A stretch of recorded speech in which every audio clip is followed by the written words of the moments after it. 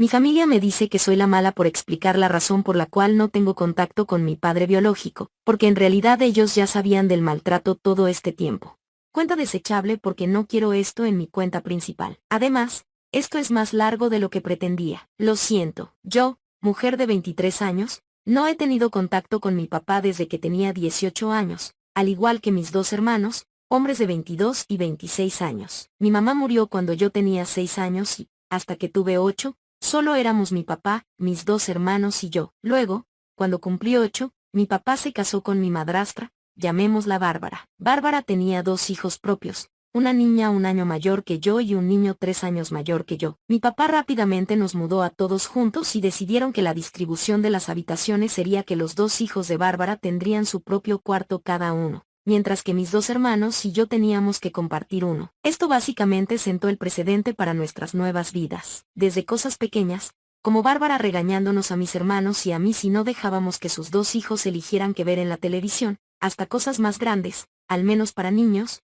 como los regalos que recibíamos en Navidad y cumpleaños. En Navidad, los hijos de Bárbara siempre tenían montones enormes de regalos, las consolas de videojuegos más nuevas, televisores, etc., y mis hermanos y yo recibíamos cada uno una pequeña pila de baratijas. Básicamente, el total de los regalos de nosotros tres juntos cada año equivalía a una sola de las pilas de regalos de ellos, si acaso. Recuerdo que, aproximadamente 1 año después de vivir juntos, Bárbara insistió en que sus hijos llamaran papá a mi padre, pero a mis hermanos y a mí nunca se nos permitió llamarla mamá. No es que quisiéramos hacerlo, pero ella se encargó de dejarnos claro que para nosotros ella era solo Bárbara. Mi papá aceptó su evidente favoritismo e incluso empezó a actuar de la misma manera poco después de vivir juntos. La hija de Bárbara y yo íbamos a la misma escuela y estábamos en el mismo equipo de netball. Una vez, cuando yo tenía 14 años, tuvimos un viaje de torneo de netball a París, donde también pasaríamos 2 días en Disneyland. Yo estaba muy emocionada, pero la realidad me golpeó cuando mi papá y Bárbara nos sentaron para decirnos que solo tenían dinero para que fuera una de nosotras y,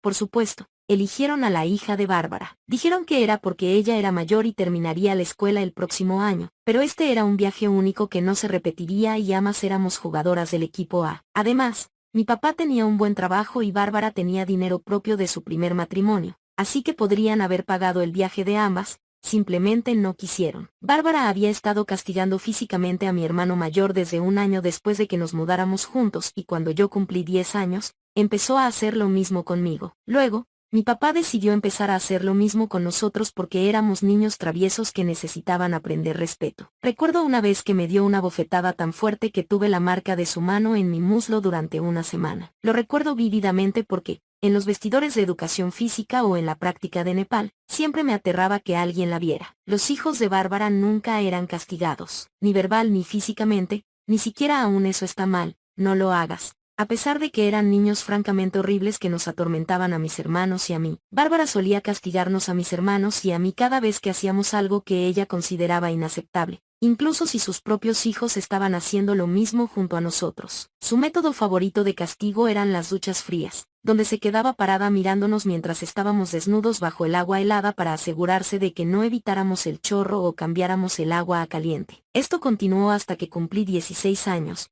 Y mi papá lo sabía e incluso lo fomentaba. Si alguna vez nos sorprendía haciendo algo que no le gustaba, después de gritarnos o abofetearnos, la llamaba y le decía que era hora de la ducha fría. Luego, cuando el hijo y la hija de Bárbara cumplieron 17 años, mi papá les pagó las clases de conducir y, finalmente, les compró un coche a cada uno. Cuando mis hermanos y yo cumplimos 17, se negó rotundamente a hacerlo. Cuando el hijo de Bárbara, que tiene la misma edad que mi hermano mayor, se fue a la universidad, Bárbara y mi papá le pagaron un departamento de una habitación para que no tuviera que quedarse en una residencia estudiantil. Mi hermano, por supuesto, tuvo que pedir un préstamo estudiantil y trabajar a tiempo parcial para poder siquiera asistir a la universidad, y obviamente tuvo que quedarse en una residencia con compañeros de cuarto. Cuando mi hermano tenía 21 años y estaba terminando la universidad, estaba alquilando su propio departamento y tuvo la suerte de conseguir un trabajo de tiempo completo de inmediato. Así que nos ofreció a mi hermano y a mí, de 18 y 17 años en ese momento, mudarnos con él. De todos modos,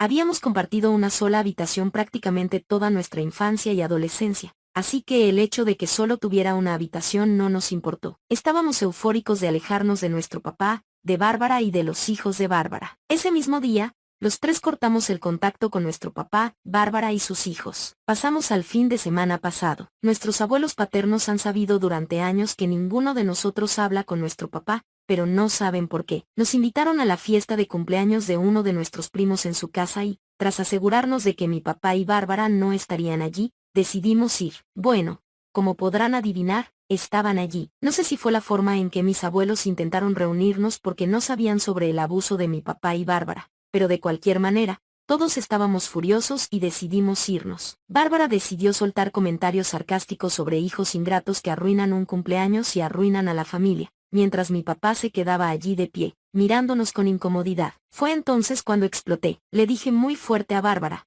aunque principalmente al resto de mi familia, para ser honesta, que ella y mi papá eran los que estaban arruinando a la familia, que durante toda nuestra vida ella y mi papá nos habían maltratado y descuidado a mis hermanos y a mí, mientras les daban todo a sus hijos, que les compraron coches y les pagaron la universidad y departamentos mientras a nosotros nos obligaban a trabajar y proveernos de todo por nuestra cuenta, que nos maltrataban físicamente de niños incluso cuando los hijos de Bárbara hacían algo malo, mientras ellos nunca recibían castigos, y que Bárbara armaba un escándalo cada vez que hablábamos de nuestra mamá. Olvidé mencionar esta parte, pero ella odiaba que habláramos de nuestra madre. Se ponía como loca y decía que le faltábamos al respeto por hablar de ella, mirar sus fotos o preguntarle a nuestro papá sobre ella. Después de eso nos fuimos, así que no sé exactamente qué pasó después, pero recibí mensajes de mis abuelos, mi tía y mi tío diciendo que si eso era cierto. Ellos no tenían ni idea y que esperaban que el estar juntos de nuevo reavivara nuestra relación con nuestro papá, pero que no debía haber dicho todo eso delante de toda la familia y que debía haberlo manejado en privado con mi papá y Bárbara. Yo no creo que estuviera mal por decir lo que dije,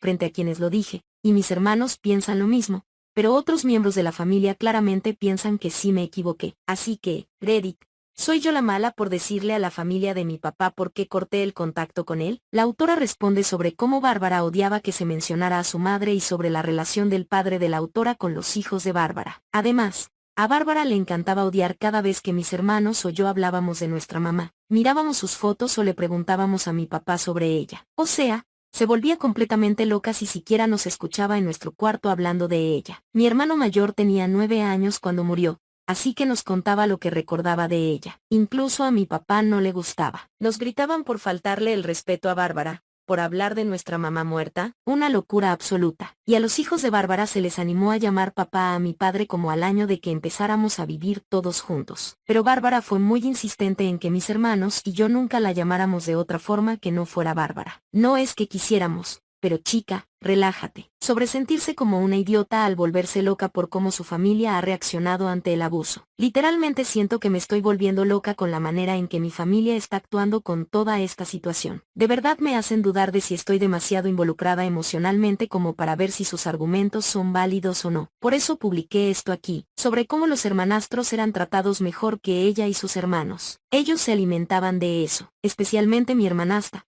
ya que éramos casi de la misma edad. Me dejaba jugar con sus juguetes o usar su celular para jugar, solo para luego ir a decirle a su mamá que yo se los había quitado y sonreír cuando me castigaban. Personas horribles en todos los sentidos, los tres. Actualización 1. Primero que nada, gracias a todos los que dejaron comentarios amables en mi publicación original, y también a las personas que compartieron sus propias historias de abuso. Sé que incluso escribirlo es difícil, y espero que cada uno de ustedes esté bien ahora. Bueno, estoy muy enojada. Creé un grupo de chat con la familia de mi papá y les envié esta publicación, junto con un copiar y pegar de lo que dije en caso de que no hicieran clic en el enlace, y también otro mensaje detallando otros abusos que todos sufrimos y que no quise incluir en el post. Mis hermanos hicieron lo mismo, y la respuesta general fue que ellos estaban más molestos por las respuestas de la gente que por el contenido real de mi publicación. La primera respuesta de mi tía al ver el post fue: ¿por qué estás publicando dramas familiares en línea para que extraños se metan y nos llamen imbéciles cuando ninguno de ellos nos conoce? No fue un Dios mío,